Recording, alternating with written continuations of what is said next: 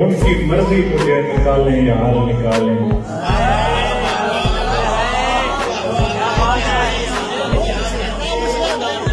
ये उनकी मर्जी मुझे निकालें या हाल निकालें।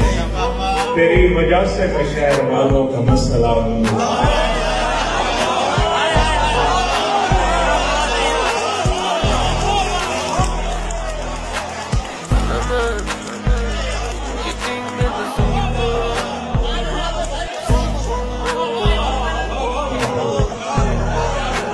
ये उनकी मर्जी मुझे निकाले या हाल निकाले।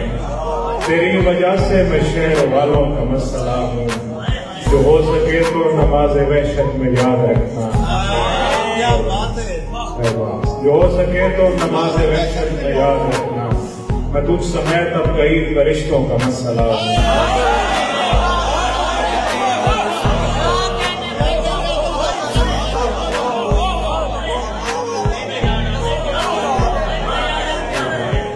हो सके तो नमाज वहशत में याद रखना।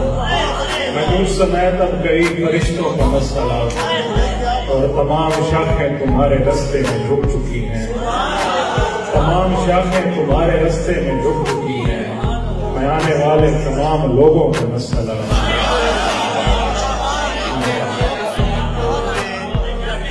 तमाम शाखें तुम्हारे रास्ते में झुक चुकी हैं।